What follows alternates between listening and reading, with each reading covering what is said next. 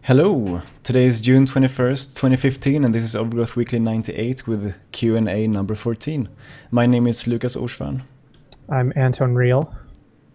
I'm David Rosen. And I'm Aubrey, sir. As is maybe quite evident by your name tags up there, I suppose, but you know, and my name tag too. Today is another Q&A as usual, and we're going to start it off with a question regarding the state of the game right now.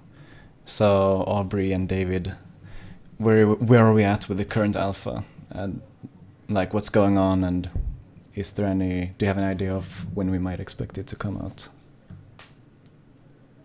Well, I'm kind of focusing on two things right now. Like, I'm trying to figure out who we're going to bring onto the team.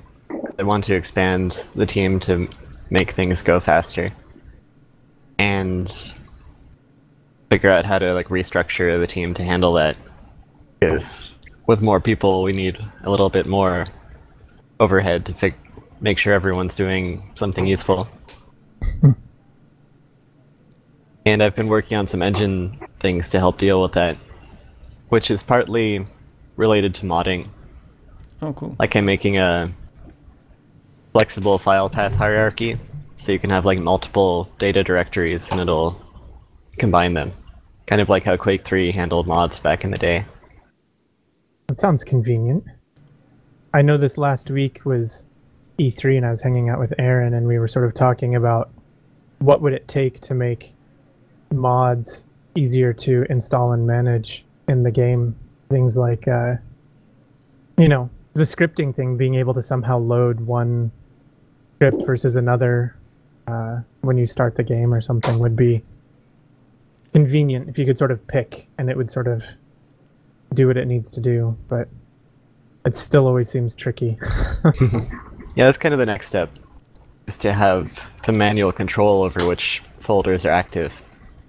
But the first step was just to have different folders at all, because sometimes I want to keep the development and the shipping data directory separate, so I don't have to remember which files are meant to go out and which ones are just for testing random things. I don't want to pollute people's directories with them. So, do you have any other? Have you thought about any other things? Like, what else do you want to do to make that transition to a larger team easier, I suppose? Well, I think the next step is just to do it. The problem is just when I find people, they're not usually available like instantly. They're available in a few weeks, or they have to think about it a little bit. So there's a little bit of latency there. But there's a bunch of leads that seem promising. So no one confirmed though at this point? No one absolutely confirmed. Okay. Well, probably better to not confirm them until it's an absolute. Will you guys be doing back in the day when you sort of brought people onto the team, you did team introductions on the blog. Would you ever think about revisiting that type of community outreach to make people feel close to the newer devs as they come on the team? Yeah, I think that would be a good idea. Cool. I think a lot of people confuse lack of news on the blog as lack of work being done in the background. So it just seemed like it might be an easy way to sort of quickly make people know that there's stuff moving forward. As we get more people, I think I'll also be more comfortable taking time out from working to do more community relations like back in the day. Yes. Yay. Well, it was amazing when you guys had those daily blog posts. So, all right. Sorry, Lucas. I was going to say that. So this probably means that like work on the next alpha might take a bit longer than, like it might not be very soon for the next alpha. Then is that a fair assumption? I would guess maybe a month.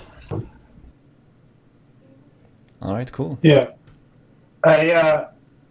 I feel like we're still in this transition period, which started with us thinking about whether we wanted to switch engines, and we've been just kind of working through all of the different possible ideas that we could try, and trying stuff out to see what might work to move the project forward. And this is definitely, I think, the way to go. I'm really excited about getting more people on the team.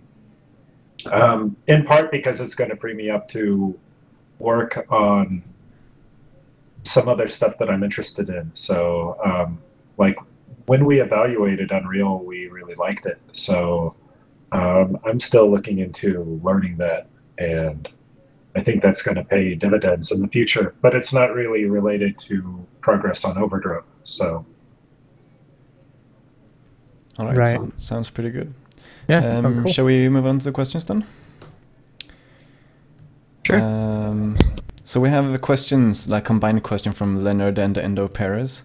Endo Perez asks, will we have flexible bone chains or rope physics or other stuff that make it possible to mod slings in?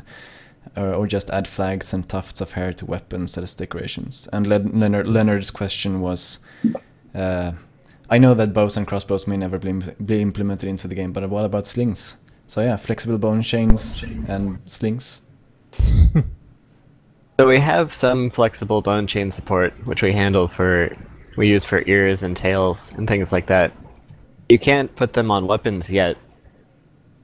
I think we'll have flexible bone chains on weapons for like secondary animation, like if you wanted to make one of those Chinese broadswords with the tassel on it. But I don't know if that would be appropriate for an actual attack. Like, you wouldn't want the actual snap of a sling to be physically animated, because that would probably just look weird. It'd look kind of floppy, like you're flopping a ribbon at them. Yeah. So we would need actual like keyframed animation for the attack, and then flexible animation while you're running around. They probably won't add mod support for that unless we have a weapon like that actually in the core game, which is possible. Right. Okay. Yeah, because we have a question from Daishu as well, who asks, weapons meant for range? Shuriken, kunai, grenade, which I guess is kind of related to that. You say that it's possible that you will add ranged weapons into the game, because I remember we talked about this quite a while ago, I think now, and the response was pretty much, if I recall correctly, that it's something that you would like to add, but it would need to be well balanced, and yeah, basically that, I suppose. Are you still on the same page there then, that it might still be added, or yeah, where you at with that? Yeah, and we definitely want thrown weapons, because that was kind of a core in Lugaru. We have thrown knives. So like Shuriken and Kunai would basically be just a step farther, where you can have a whole bunch of them, and they don't do much damage because they're small. Right. Mm-hmm. I think the one thing people really want to know about is whether you can like manually aim them or not. And that's kind of a different question. Have you decided how? Because right now it's sort of automatic aiming, but it's based on whatever character is the closest in proximity to you, not necessarily where you're looking. So it actually means that you can. I sometimes use that to find where a character is, an enemy is that I don't know where they are. I just throw a weapon. I'm like, oh, they're that direction, and then go and find them to fight them. So like a motion detector. Basically. So I do think that at least some sort of prioritization of your visual location versus just proximity might be something that people might like in terms of aiming. Is that sort of where you think you might go with that eventually? Yeah, I think it should be some kind of combination of the two. And in the extreme case, if you're looking at someone, but there's someone closer right behind you, you would turn around and throw at them without even knowing they're there, and that would be kind of confusing. Right. One issue with manual aiming is just that it might take a long time for the player to aim correctly, so it wouldn't really work very well in combat. But it might work well if you're doing a stealth attack, like you sneak up on a sentry and you want to do a very precise throw. Would it ever be a toggleable item? You think you could switch between sort of manual aiming and sort of typical automatic aiming? Yeah, I'd probably start by just making it so you tap to do the automatic one, you hold it down to aim, or something along those lines. Want to try and keep the number of controls down. Right. Okay. It sounds promising then for thrown weapons, but probably not projectile weapons. Does that sound correct? Well, one thing that bows might be useful for is like preventing the player from going somewhere without having invisible walls. Like if you're in the arena and then you try and like escape by running over the crowd, then it might make sense to have guards that just shoot at you if you do that. Interesting. All right. I'd never thought about that. Yeah, that'd be pretty brutal. I keep thinking of that scene in like Hero when they shoot all the arrows at him, and then there's just like the outline. An arrow shadow. Yeah. All right. So yeah, we have another question from Manly Potato, who asks, will we ever see environmental damage? I think we'll at least... Like, Lugaru had some basic environmental damage. Like, if the character hit a wall very hard, it would put kind of a crack decal on it. I think we'll at least have something like that. And I'd like to improve that somewhat. I don't think we'll have, like, actual... We're not going to have any, like, stress fractures, like Red Faction or anything like that. But I think we'll have more than we have right now. So no destructible objects.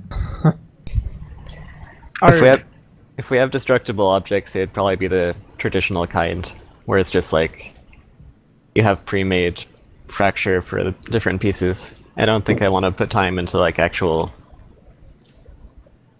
stress propagation or anything. Right. Just because it's not the focus. And what about weapons breaking? That was something in Lugaru, right? Yeah, I'd like to do that. That'd be one way to have a really pronounced difference between qualities of swords. Like if a really good one could just break the weaker ones.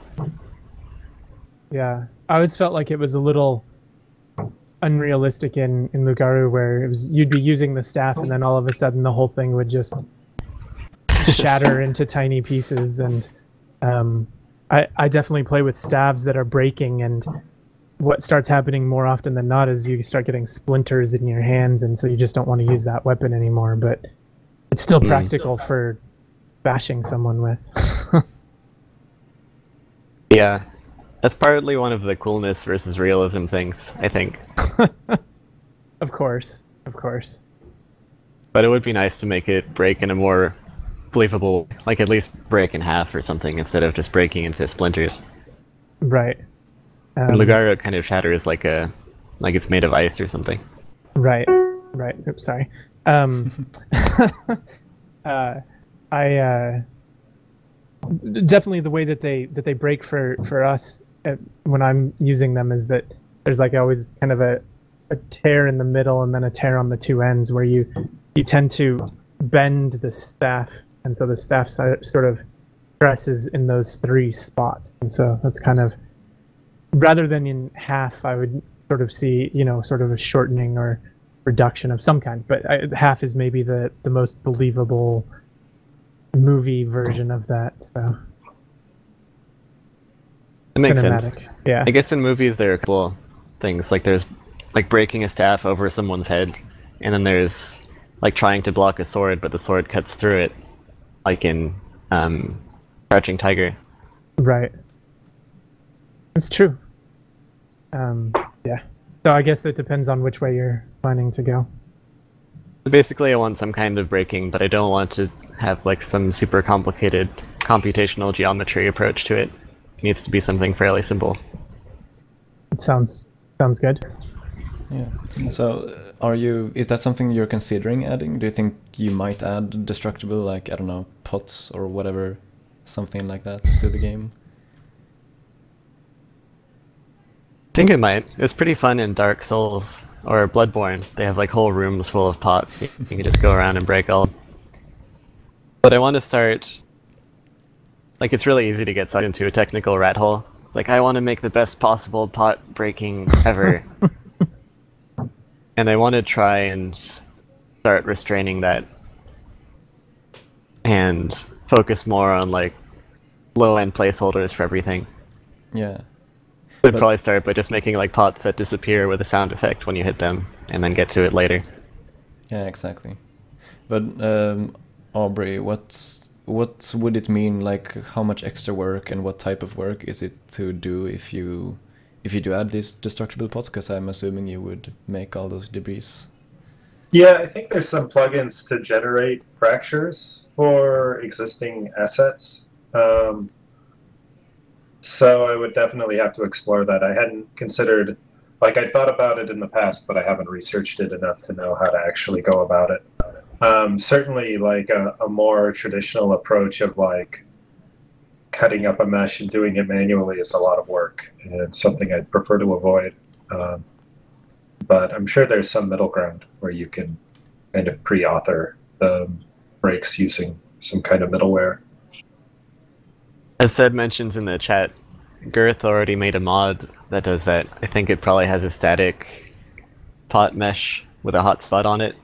So if you hit it, then it takes out the static mesh and it spawns like 5 items, which are the different pieces of the pot, and they fall down using the physics.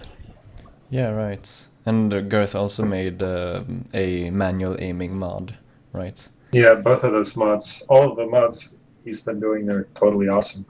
Yep. Super impressed.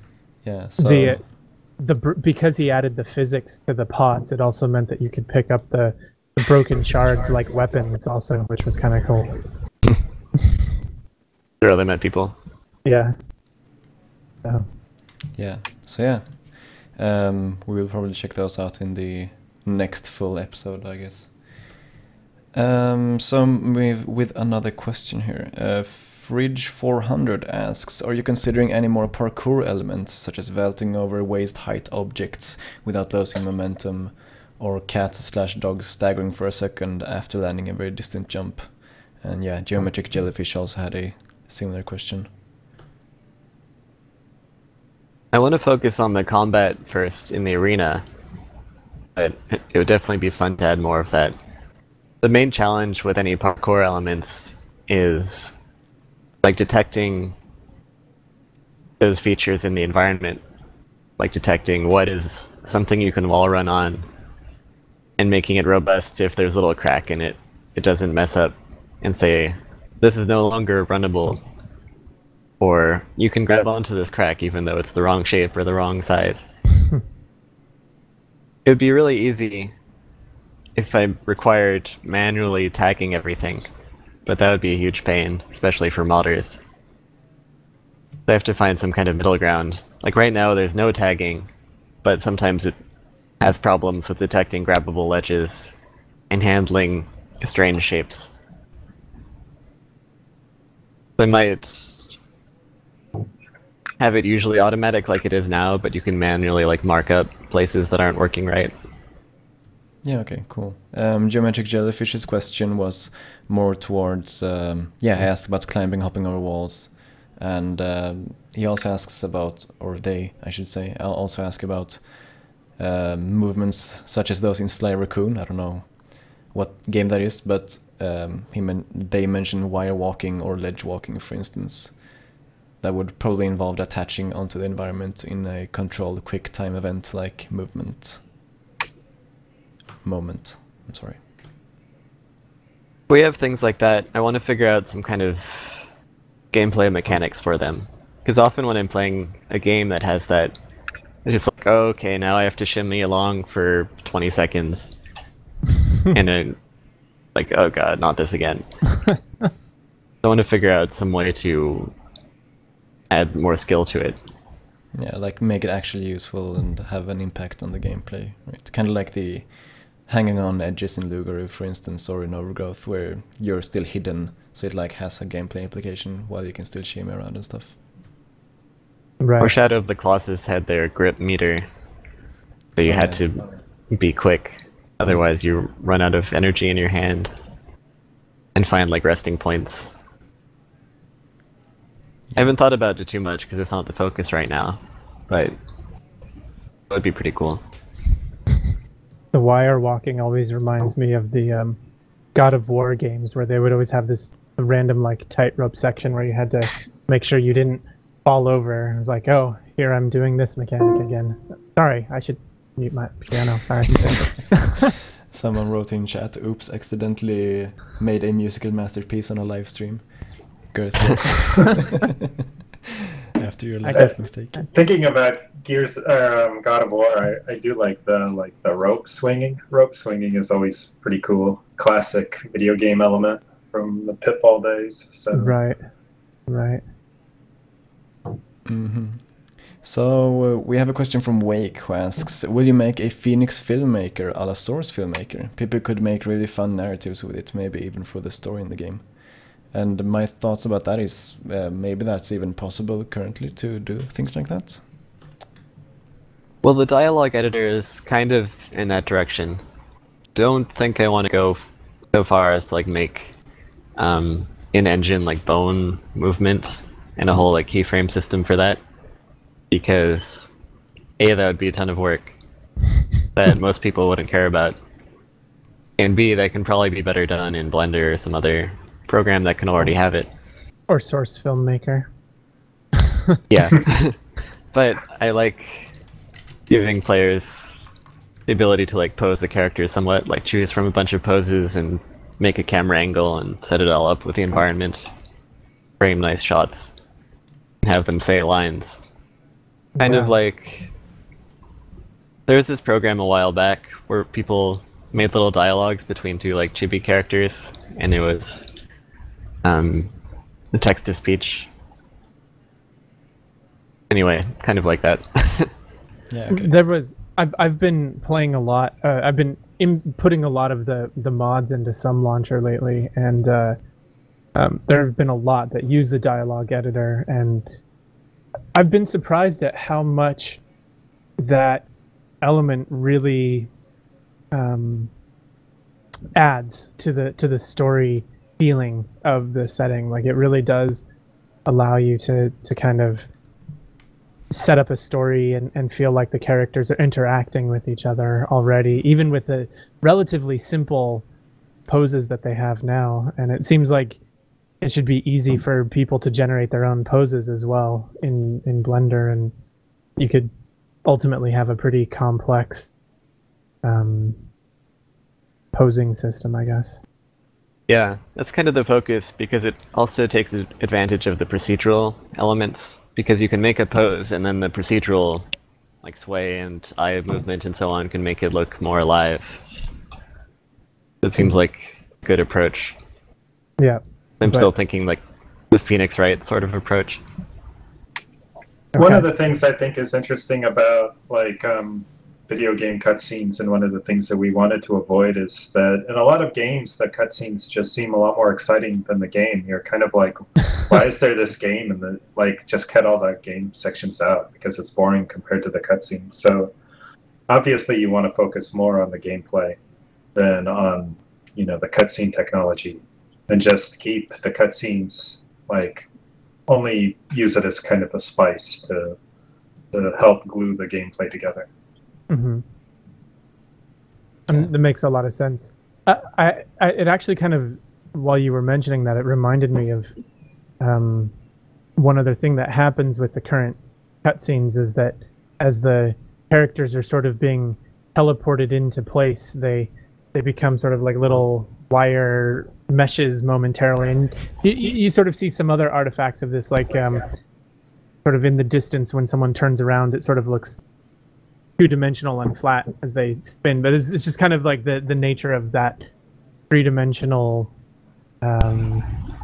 movement. I'm just curious if there's a way to address that. Is that something where you'll There's a bunch of technical details that aren't correct right now.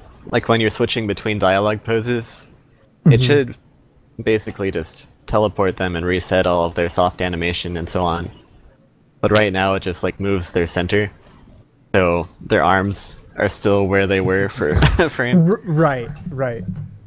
So there's definitely technical issues there that I can fix, but I just haven't yet. It was just a question is if you already knew how to fix it, or if it was something that, yeah. So I mean, it sounds like you already know what it is, and it will be something that's not entirely difficult to resolve. Yeah. There's always a little bit of an issue with any procedural system. Like you see it in a lot of games with hair, cloth, simulation, or other jiggly bits, like the Street Fighter V team noticed at E3, or I noticed in Witcher 3 a lot, where, like, when you're talking to someone, their cloth suddenly goes back to its starting point and then falls down. Because you can't just set it to a resting point, you have to actually simulate it there and then save it. Right. So kind of no matter what, there's going to be some small moment of something, either an initial location, or else it will be they are where they were previously, which is also not good, right? Yeah. And you can fix it, but it's just a little bit complicated. Right. So it often doesn't make it in time before the deadlines. We don't have deadlines, so it'll be a bit of a choice. I'm trying to at least save that stuff for the end, I think. That makes sense. A related question by Sir Philolis or something asks maybe add talk boxes while playing so that the player can still control the character, but the dialogue is still going on. That's one option. I thought that. Oh, sorry. I thought that might be an interesting way to spice up the interfight sections of the arena, and kind of progress narrative in that section. But kind of like only thought on it. It's more like a voiceover rather than a dialogue, basically, right? Yeah, more or less.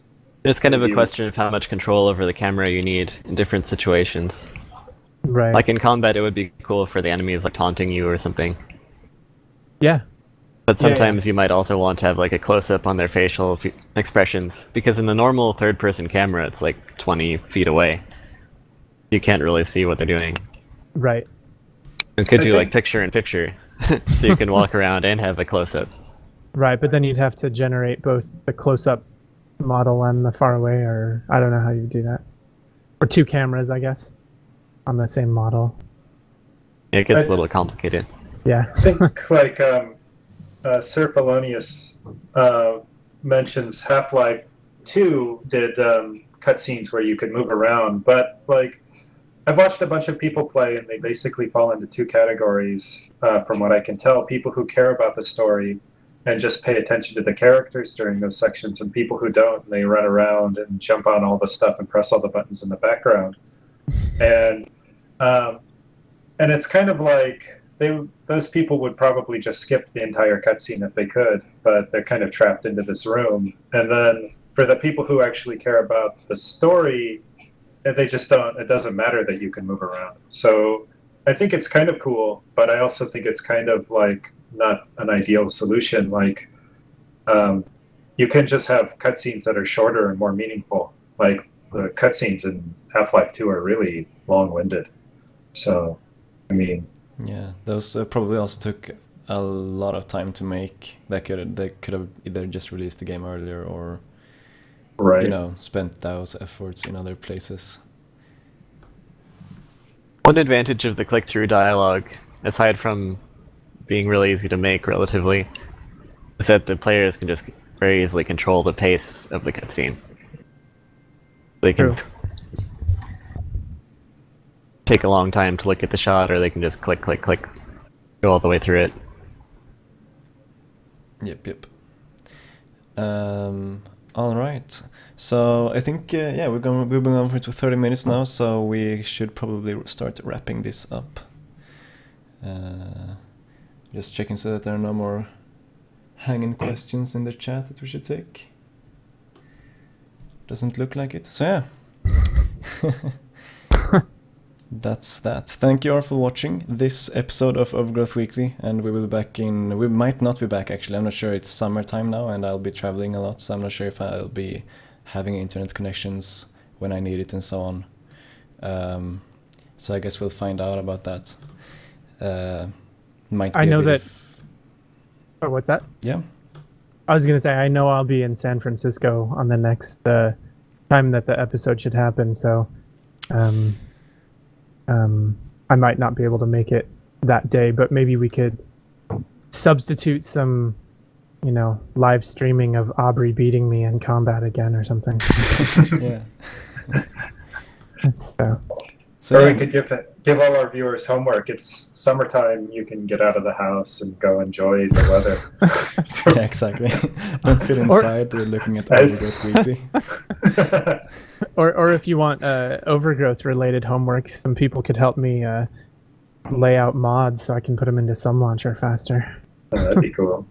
I'm getting close though. That my to-do list is starting to shrink pretty significantly. So.